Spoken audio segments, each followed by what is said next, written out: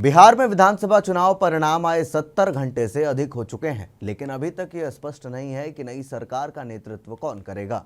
मुख्यमंत्री नीतीश कुमार ने अब तक पद से इस्तीफा नहीं दिया है, जिससे राजनीतिक हलचल और तेज हो गई है।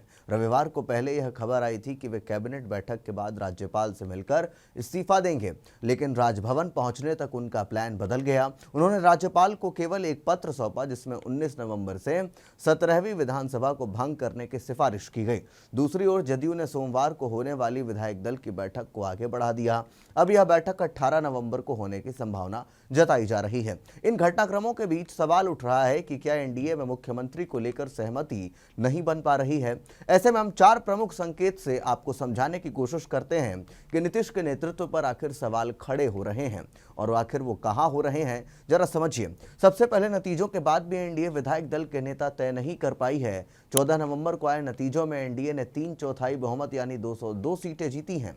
इसके बाद से नीतीश कुमार की मुलाकात का सिलसिला लगातार जारी है। चिराग पासवान, सम्राट चौधरी, विजय सिन्हा, उपेंद्र कुशवाहा और जीतन राम मांझी जैसे नेता उनसे मिल चुके हैं। इसके बावजूद अब तक एनडीए के विधायक दल का नेता घोषित नहीं किया गया है। पिछले चुनाव में यह प्रक्रिया 48 घंटे के भीतर पूरी हो जाती थी, लेकिन इस बार देरी कई तरह की चर्चाओं को जन्म दे रही है। अब जरा दूसरे बिंदु पर नजर डालते हैं, नीतीश का आखिरी समय में प्लान बदलना। सूत्रों के अनुसार 16 नवंबर को यह लगभग तय था कि नीतीश कुमार कैबिनेट की बैठक के बाद इस्तीफा देंगे। उन्होंने बैठक की भी, लेकिन अंतिम समय में इस्तीफा देने का निर्णय बदल दिया। उनके केवल विधानसभा भंग करने की सिफारिश पर हस्ताक्षर करने से कई सवाल उठ खड़े हुए हैं। राजनीतिक विश्लेषकों का कहना है कि नीतीश कुमार का पुराना रिकॉर्ड यही बताता है कि वह अक्सर अचानक निर्णय बदल देते हैं। कई बार उन्होंने इस्तीफा देकर तुरंत सरकार बनाने का दावा भी किया है। अब जरा तीसरी बिंदु को समझिए। जदयू विधायक दल की बैठक स्थगित हो गई है, तो जदयू की सोमवार को होने वाली बैठक में नीतीश कुमार को विधायक दल का नेता चुना जाना था, लेकिन बैठक को 18 नवंबर के लिए टाल दिया गया।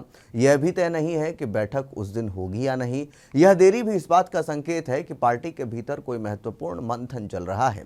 इसके साथ ही जदयू ने अपने सभी विधायकों को अगले आदेश तक पटना में ही रहने को कह दिया है। और अब जरा चौथी बिंदु पर नजर डालें तो भाजपा की चुप्पी भी अब ये बात बढ़ा रही है कि आखिरकार क्या माजरा है। नतीजे आने के बाद से भाजपा ने मुख्यमंत्री के चेहरे पर कोई स्पष्ट बयान नहीं दिया है। दो नेताओं विनोद तावड़े और नितिन नवीन के अस्पष्ट बयानों से इस संशय को और बढ़ा दिया है। विनोद तावड़े ने कहा, अभी जीत का जश्न मनाने का समय है, सही समय पर सब पता चल जाएगा। वहीं नितिन नवीन ने कहा कि एनडीए में सब ठीक है, सब कुछ तय प्रक्रिया से आगे बढ़ रहा है।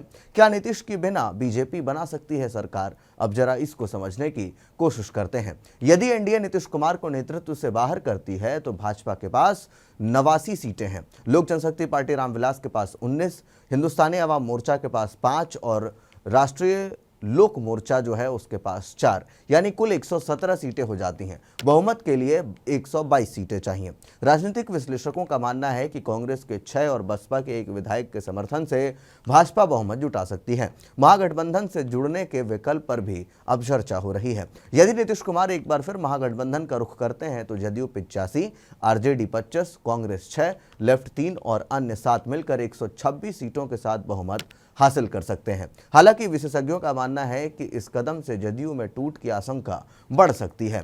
ऐसे में बिहार में स्थिति बेहद जटिल है और तेजी से बदलती हुई नजर आ रही है। एनडीए के भीतर नेतृत्व पर स्पष्टता न होने से राजनीतिक अनिश्चितता बढ़ती जा रही है। नीतीश कुमार इस्तीफा देंगे या एक बार फिर सत्ता का नया समीकरण बनाएंगे, इस पर सबकी निगाहें टिकी हुई हैं। अगले 24 से 48 घंटे में बिहार की राजनीति में निर्णायक कदम जो है वो उठाए जा सकते हैं। तो ऐसे में आप इस पूरे विषय को लेकर के क्या कुछ सोचते हैं, कमेंट बॉक्स में अपनी राय जरूर दें। तब तक के लिए दीजिए इजाजत। धन्यवाद।